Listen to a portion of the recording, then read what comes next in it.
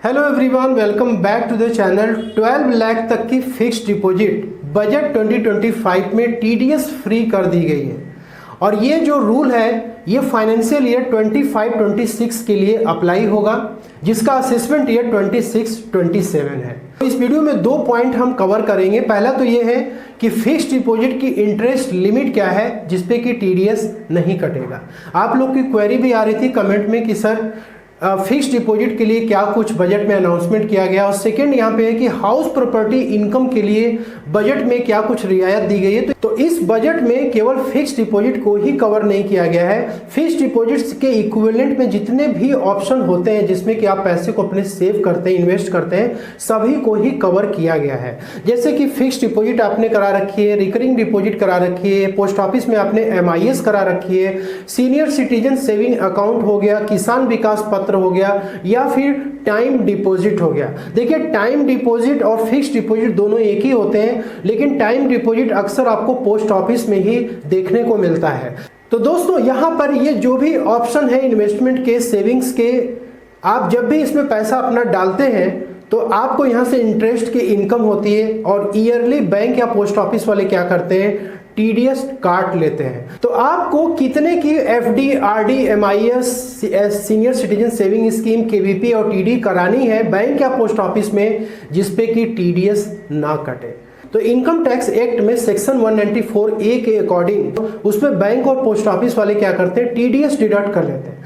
तो दोस्तों, बैंक या पोस्ट ऑफिस को यदि इस सेक्शन के अनुसार टीडीएस डिडक्ट करना है तो वो दो कैटेगरी में असेसी को डिवाइड करता है। इनफैक्ट इनकम टैक्स में भी असेसी की दो कैटेगरी है, एक तो है नॉर्मल सिटीजन और दूसरा है सीनियर या फिर सुपर सीनियर सिटीजन। तो इनकम टैक्स के रूल के अनुसार नॉर्मल सिटीजन वो होता है जिसकी एज 60 ईयर्स के नीचे हो। असेसमेंट ईयर 25-26 के लिए क्या लिमिट है और जो नया बजट अभी आया उसके लिए क्या लिमिट है, इसको हम दोनों को समझते हैं। यहाँ पर देखिए, असेसमेंट 25-26 की यदि बात करें तो 1 अप्रैल 2024 से लेके 31 मार्च 2025 के बीच में यदि आपने बैंक या पोस्ट ऑफिस में FD, RD, MIS, KVP यदि आपने करा रखा है और आपको एक साल में 40,000 से ज्यादा का आपको क्या हो रहा है, इंटरेस्ट इनकम हो रहा है, तो यहाँ पे बैंक और पोस्ट ऑफिस वाले क्या करेंगे, 10% के रेट टीडीएस पहले डिडक्ट कर लेंगे और आपके पैन नंबर पर टीडीएस डिपॉजिट हो जाएगा।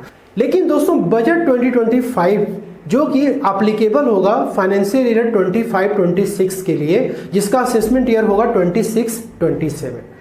यहां पर क्या है कि यदि आप एक साल में 50,000 से ज्यादा का यदि आप इंटरेस्ट इनकम अर्न किए हुए हैं इस सेविंग ऑप्शंस पे, तो उस केस में 10% का टीडीएस डिडक्ट होगा। तो यहाँ पे आप देख सकते हैं कि 10,000 रुपीज यहाँ पे गवर्नमेंट एक्स्ट्रा यहाँ पे टीडीएस की लिमिट को बढ़ा दी है।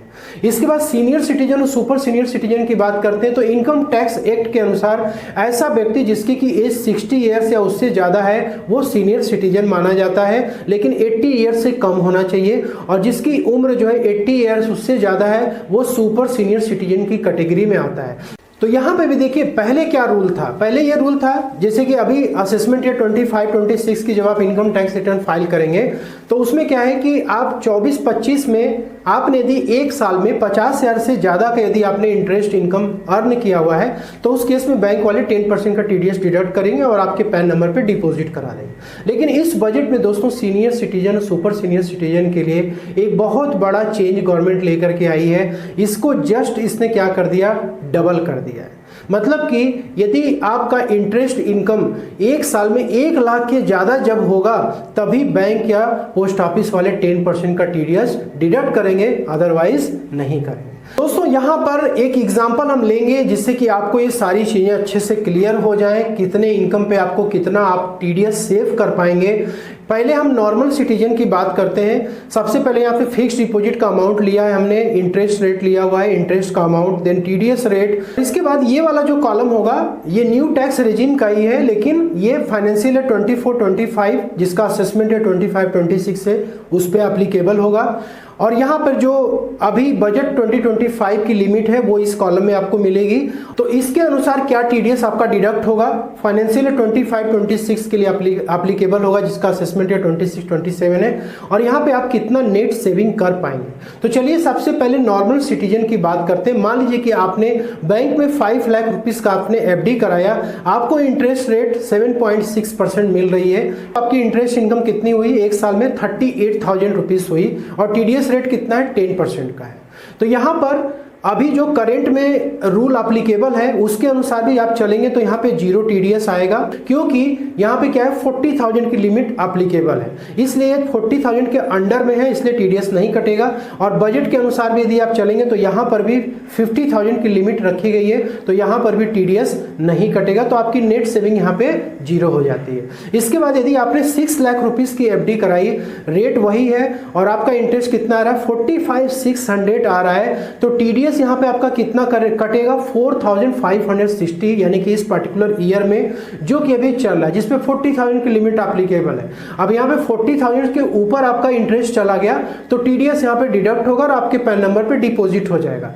लेकिन यदि दोस्तों बजट के अनुसार यदि आप चलेंगे तो नेक्स्ट ईयर से आपका ये टीडीएस नहीं कटेगा, टीडीएस का अमाउंट क्या हो जाएगा, 0 हो जाएगा, और आप यहाँ पे सेविंग क्या कर पाएंगे, 4,560 का कर पाएंगे। इसके बाद नेक्स्ट यहाँ पे 7 लाख की आपने कराई तो 53,200 का इंटरेस्ट इनकम हुआ, तो अभी करंट में 5,320 का टीडीएस आपका कटेगा, और बजट के अनुसार भी आप चलेंगे तो इसमें भी 5,320 का टीडीएस कटेगा, तो यहाँ पे सेविंग क्या हो जाएगी, 0 हो जाएगी। अब इसके बाद सीनियर सिटीजन की बात करते हैं।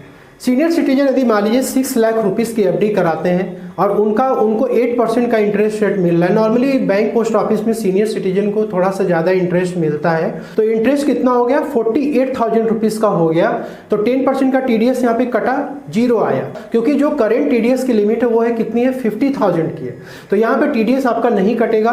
और जो नया लिमिट है वो है 1 लाख रुपीज़ की, यहाँ भी 0 हो जाएगा और सेविंग यहाँ पे 0 हो जाएगी। ठीक, यदि 7 लाख तक की एफडी आप कराते हैं तो यहाँ पे टीडीएस, यहाँ पे इंटरेस्ट कितना आपने अर्न किया, 56,000 अर्न किया एक साल में, तो यहाँ पे टीडीएस कितना कटेगा, 5,600 कटेगा, क्योंकि ये 50,000 के ऊपर क्रॉस कर चुका है। लेकिन दोस्तों बजट 2025 में ये लिमिट जब 1 लाख की हो जाती है तो बैंक पोस्ट ऑफिस टीडीएस नहीं कटेगा। तो यदि आप इस न्यू वाले सिस्टम के अनुसार यदि आप आईटीआर फाइल करेंगे तो यहाँ पे 5,600 का आप सेविंग कर पाएंगे। नेक्स्ट यहाँ पे 12 लाख तक की यदि आप एफडी कराते हैं तो यहाँ पे जो ओल्ड वाला सिस्टम है उसमें 96,000 रुपीज़ का इंटरेस्ट आपको अर्न होगा, और टीडीएस आपका कितना कट जाएगा, 9,600 रुपीज़ कट जाएगा दोस्तों। लेकिन नए वाले में 1 लाख की टीडीएस लिमिट होने की वजह से आप यहाँ पे क्या कर पाएंगे, 9,600 सेव कर पाएंगे। मतलब कि 12 लाख तक की यदि आपकी फिक्स डिपॉजिट है और आप एक सीनियर सिटीजन है तो आपका टीडीएस वहां पे नहीं कटेगा।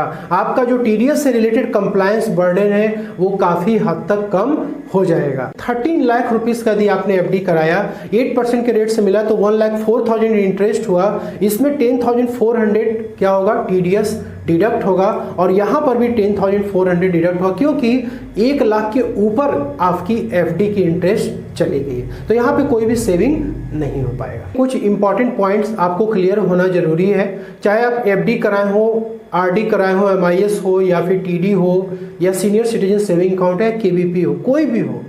आपने देखा कि इंटरेस्ट इनकम पे टीडीएस किस तरीके से डिडक्ट होता है और बजट में क्या यहाँ पे बेनिफिट आपको मिल रही है।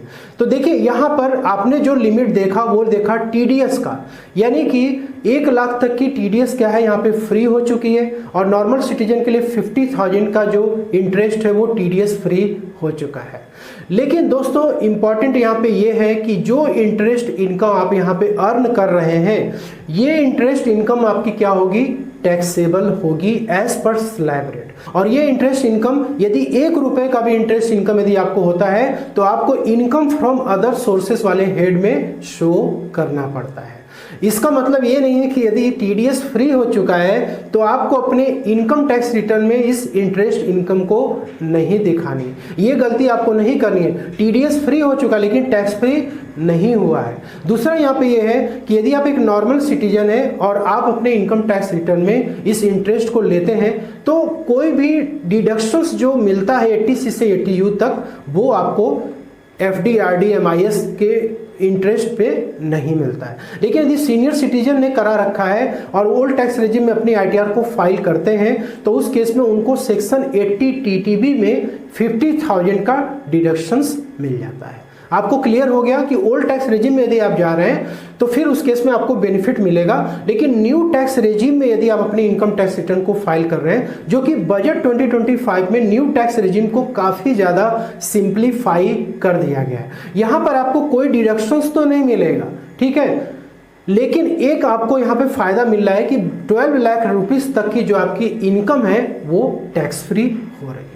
तो दोस्तों आप इंटरेस्ट इनकम को आप अपने इनकम टैक्स रिटर्न में लेंगे और 12 लाख रुपए तक यदि आपकी इंटरेस्ट इनकम है या उसके नीचे है तो वो आपका पूरा क्या हो जाएगा, टैक्स फ्री हो जाएगा। तो एक सीनियर सिटीजन यदि 12 लाख तक की एफडी कराता है तो उसका टीडीएस भी फ्री हो रहा है यहाँ पे, और यदि उसकी इनकम भी एफडी के इंटरेस्ट से 12 लाख रुपए तक है या उसके नीचे है तो वो टैक्स फ्री भी हो जाएगा। उसके ऊपर यदि जाता है तो आप अपनी इनकम टैक्स रिटर्न फाइल करेंगे, यदि आपकी टैक्स कम आएगी तो आपको रिफंड यहाँ पे मिल जाएगा। तो दोस्तों इस वीडियो में इतना ही। आशा करता हूँ कि ये सारी आपकी क्वेरीज का जवाब मिल गया। वीडियो अच्छी लगी तो लाइक शेयर जरूर करें। मिलते हैं next video. Thank you so much for watching.